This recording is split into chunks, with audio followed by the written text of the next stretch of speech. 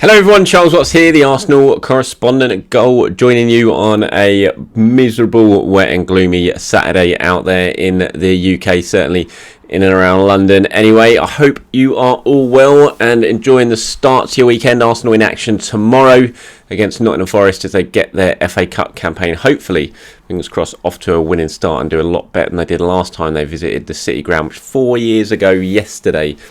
That defeat at the City Ground. I was looking at a team that played that game. It was mad how much has changed since then. You had Ospina in goal, Debussy was playing, Mertesacker was playing.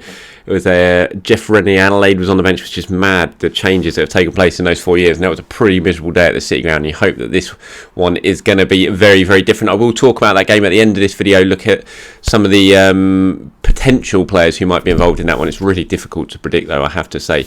I will do a predicted 11 at the end, but I hold my hands up now, and I freely admit I think it's probably going to be totally wrong, because we don't know who's going to play at the moment at all, because Arsenal, as I'll get to in this video, have got some issues going on at London Colney at the moment, and so it's just going to be really difficult to predict. But I will have a crack at it, and you can all laugh at how wrong I'm going to be at the end. But I thought I would start today's video, or just maybe focus today's video on the transfer window, because let's face it, we're in January. That's all that an awful lot of people care about. And Mikel Arteta was pretty interesting, I thought, at his press conference yesterday. I'm sure you've seen the comments by now, certainly the ones that came out during the day yesterday. There were also ones that were embargoed, held over till 10:30 last night, where he also spoke about it. And I'll start with those quotes that he had to say. And the question, it was from Nick Ames at The Guardian. Nick was doing the questions for the papers in the embargo section. And he asked Mikel, he talked about Vlahovic, Dusan Vlahovic, who obviously has been heavily linked with Arsenal, Fiorentina striker, and he spoke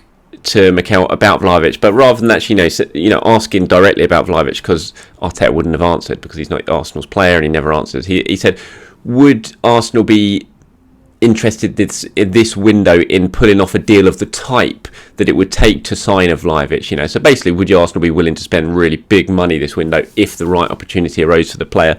And he said, I think with the amount of things and the way that we want to evolve the squad, we have to maximise every window in many different ways, and we are alert. Edu and his team are working very hard, as we know exactly what we need to do. Whether we can accomplish that in January or in the summer is a different question, as it is related to other stuff. Again, if it is a right player and we can afford it and we can do what we want, we will discuss it and make the best possible decision.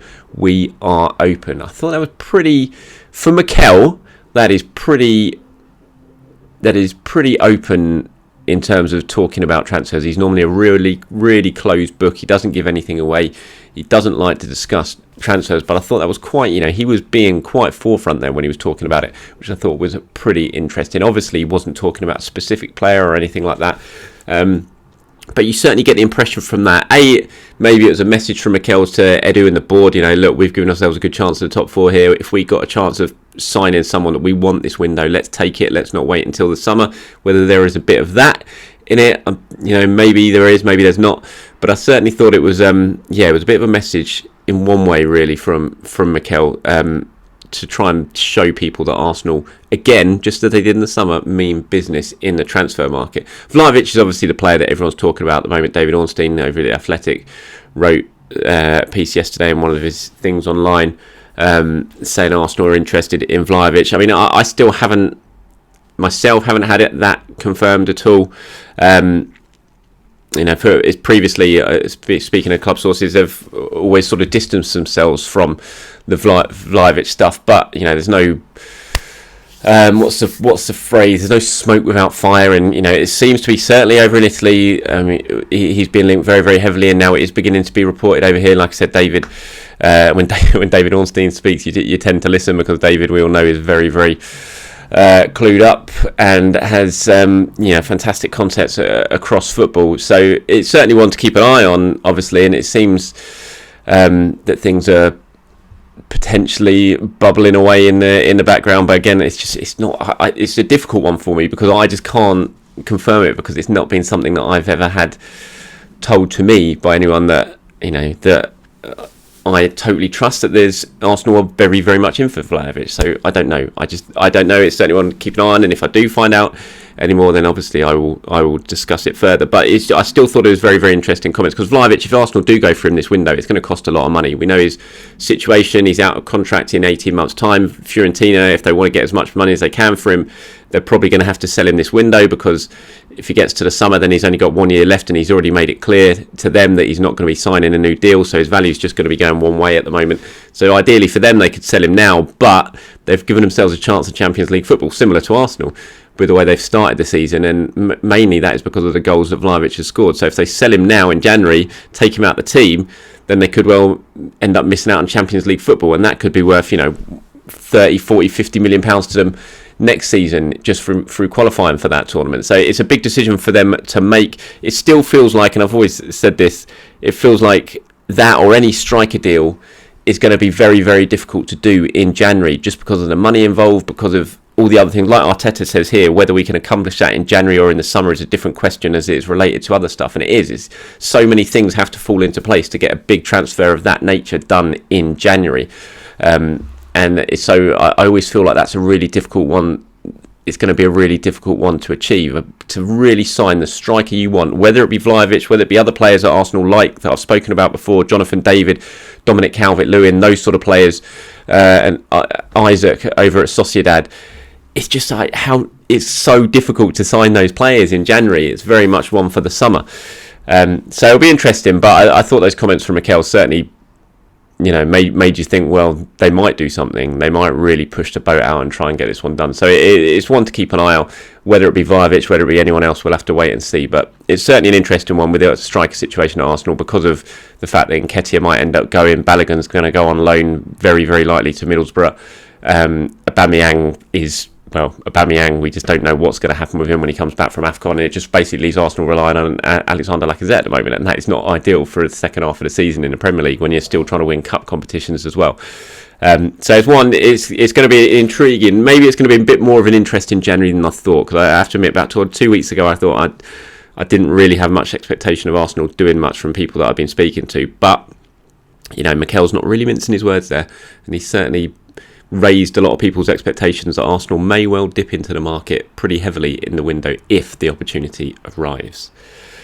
One player who doesn't look like he's going to be signing for Arsenal is Jack Wilshere. You kind of felt with this. Mikel was speaking about him again to Nick over at The Guardian in the embargoed section with the newspapers in yesterday's press conference. He was asked, is Jack Wilshere an option? This was his reply. He said, I think I was very clear with the situation with Jack and the role that he was going to have being around here, and we continue the same way. That kind of feels like that is the end of it, in terms of Jack possibly signing for Arsenal. That it felt like the end once and for all, that comment.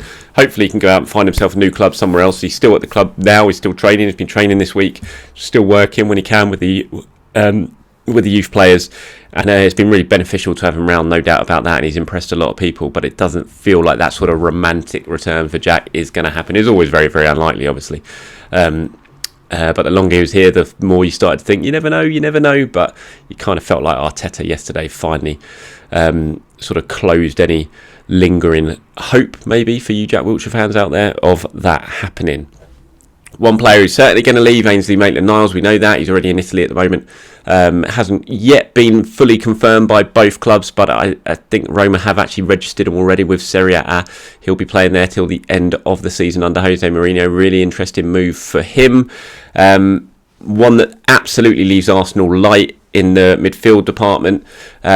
And I thought Mikel was quite interesting when he was talking about that situation yesterday. He was talking about Ainsley and the midfield options. He said, we are very, very short at the moment, but to be fair on the player, this cannot be the only argument to keep a player. The player has to be developed and raised through our academy. A player that has been patient. He's a player who's been patient in many moments and tried to fulfil his dream. He was very straight with me and I understood the situation, and we think it's a good option. Obviously, we are going to move and we are going to look for options because we are very short there. And very welcome words there from Mikel Arteta. I have to say, I've spoken about it in this video. I still think Arsenal are a bit mad to let Ainsley go now. I think they probably should have waited till the end of January to get this deal done with Roma. But Roma, it sounds like they wanted to get it done ASAP, and if they weren't going to get it done ASAP, they're going to move on to other targets. So Arsenal have kind of been pushed into doing it now, but that does leave them short for this window with Partey and El Neni away. I mean, you look at the Nottingham Forest game yesterday, Ainsley would have been nailed on to start that match had he been around, but not going to happen now. But I think those final words there, obviously we're going to move and we're going to look for options because we are very short there. They are music to a lot of people's ears, music to my ears as an Arsenal fan, not as an Arsenal journalist, that Arsenal are not going to leave themselves short in midfield, because I think they have to do something now that Ainsley's gone, because yes, he hadn't played many minutes, but he was still a very key member of that squad, a very useful player as well, because he can play in many positions. With him not there now, Arsenal are absolutely light, especially with Thomas and El Neni away at the Africa Cup of Nations. Arsenal need to sign a midfielder. They absolutely do. And hopefully Mikel's comments certainly suggest that they are going to do that, because they are well aware. And they have to be a dereliction of duty almost, to give yourself this chance of a top four like Arsenal have done halfway stage of the season, and then to weaken your squad in the January transfer window. It'd just be madness. So they have to get something done. Clearly it's not going to be Jack Wilshere by Mikel's comments. It still feels like a short-term option might be the way that Arsenal are going to go with this one. I think they're definitely going to sign a central midfielder in the summer, and they'll probably spend fairly big money on that. But again, it's going to be very hard to get the targets they want now in January. So it kind of feels like a short-term option to give them numbers, to give them cover until the summer when they can really go for their main targets. Feels like the most likely option. We've spoken about it before. There's been obviously links with Wijnaldum over at PSG, the former Liverpool player. That's the kind of player that it feels to me would just tick all the boxes. Quality, Premier League proven, could come in, hit the ground running, and really make a significant impact on the squad over the next few months or so. So we keep an eye out for that one and see how that develops. But Arsenal absolutely need a midfielder now, with Ainsley heading out the door. Last little bit of transfer news: Cedric Soares, the often forgotten Cedric Soares. Sammy Motbell over the Mail reported this last night that Atletico are interested in Cedric, and I can confirm that is absolutely spot on. It's right. There has been no official offer from Atletico yet, but that is expected in the coming days. Certainly from Cedric's side of things. Loan option until the end of the season, with an option to make that move permanent in the summer. Now, this is an interesting one again, this one, because Arsenal have obviously let Ainsley Maitland-Niles go, who's right back cover. They've got Tomiyasu, who's just been magnificent since he arrived. But, you know, if something happened to Tomiyasu with Ainsley going, then suddenly you're looking at just Callum Chambers, who seems to have been totally put out in the cold again after making quite a big impact towards the end of last season. And Cedric is a useful player. Like, I fully expect Cedric to start tomorrow against Nottingham Forest, providing Arsenal don't leave him out because there's a transfer in the offing. So it's going to be a big decision for Arsenal what you do with Cedric. But I do think, look, he's not got a long-term future at Arsenal. I know that Cedric loves it here, but he wants to play minutes, and he's just not going to get that at Arsenal. It's pretty clear. And if there is an option of making this permanent in the summer, then Arsenal, for me, it just feels like you've got to get Cedric out the door one way or the other. He can get his wages off the wage bill. You can make the move permanent in the summer. You can potentially get a bit of a profit on a player you signed on a free transfer. Yes, it might leave you a little bit light, but you do have Callum Chambers there, who is a very, he showed last season he can play that role perfectly well enough. And so I think if Atletico do come in and really put a bit of a tempting offer in, they can pay his wages till the end of the season, and then maybe give Arsenal some sort of cash in the summer to make that move permanent. It feels like one that Arsenal should probably look to get done. I know there has been other interest in Cedric Soares. Newcastle were interested in him. They've obviously signed Kieran Trippier from Atletico, so that's not going to happen. Everton, I know, had made their interest known as well, but they've obviously gone and signed, I think it's Patterson, is it, from Rangers to fix that area of the pitch for them. So that's not going to happen now. But Atletico very interested in the possibility of a loan move for Cedric Soares. So we'll keep an eye out over the next few days to see how that one progresses. It'll be interesting to see if Cedric does play tomorrow. Okay, so looking ahead to that Nottingham Forest game, Mikel at that press conference yesterday certainly seemed to suggest there are plenty of issues going on for Arsenal at the moment. He says they are very, very short in numbers, but they want to play. There's COVID issues. There are injury issues as well. Eddie Nketiah is back, which is good news. He's missed out recently with COVID, but he is back. He trained yesterday, so that's one positive, and I expect Eddie to start. But who else is missing? We're not yet sure. There's whispers of Granit Xhaka. He's not been in the training pictures. at the moment, so we wait and see if Granit is involved at all. But Arsenal, I think there's going to be quite a few changes, there's no doubt about it, so plenty of them will be enforced. But they want to get the game played, and I'm pretty sure they will get the game played one way or the other. It has to be decided. No replays, remember, it has to be decided on the day, whether it be in extra time or penalties. I will be at the City grounds, so please do keep your eye out for that. I'll try my best to do some of the stuff before, and I'm not sure. It's been a while since I've been there, 4 years. I can't remember what the press box is like and whether I've got the facilities to sort of set up my phone and my camera and record and do my usual pre-match stuff. But if I can, I will. So keep your eye out for that one. In terms of my predicted 11, look, this is pie in the sky. It's almost like just dip your hand in a bucket, pull random names out and hope it's going to be right. So I'm fully expecting to be wrong because we don't know exactly what's going on with COVID for Arsenal. That's always kept so under wraps until just before kickoff. But this is a predicted 11 that I'm going to go with. Leno in goal, Cedric, Holding, Mari and Tavares. I'm going to go with Sambi and Charlie Patino in midfield. I think if Granit is fit, I think Granit will probably play just because of the sheer lack of numbers Arsenal have, and Granit always tends to play if he's fit. So we'll wait and see on that. But just from not seeing him in training, I'm going to go with Sambi and Charlie Patino in midfield. Then I'm going to go with Smith Rowe, Martinelli, Pepe and Eddie Nketiah as the front four.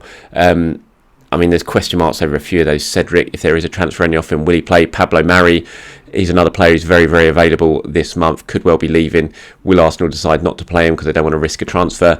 We'll have to wait and see. But that's my predicted 11 for tomorrow. Leno, Cedric, Holding, Mari, Tavares, Sambi, Patino, Pepe, Smith Rowe, Martinelli and Nketiah. Looking forward, hopefully, to seeing Charlie Patino, even if he doesn't start, hopefully he comes on.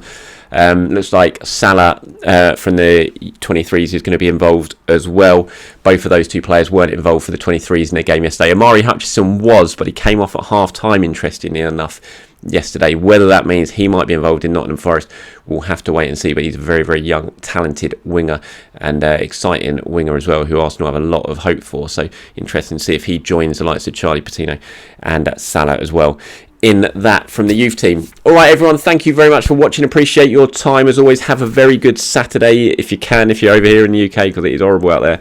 And I'm going to be stuck at home. I imagine plenty of you will be as well. And if you're like me and you've got two young kids in the house that are going to be driving you up the wall, then I hope you enjoy it as best as you can. You enjoy that wine or beer, whatever, once they're in bed later tonight, because I know I certainly will. Have a great day, everyone. I'll speak to you soon.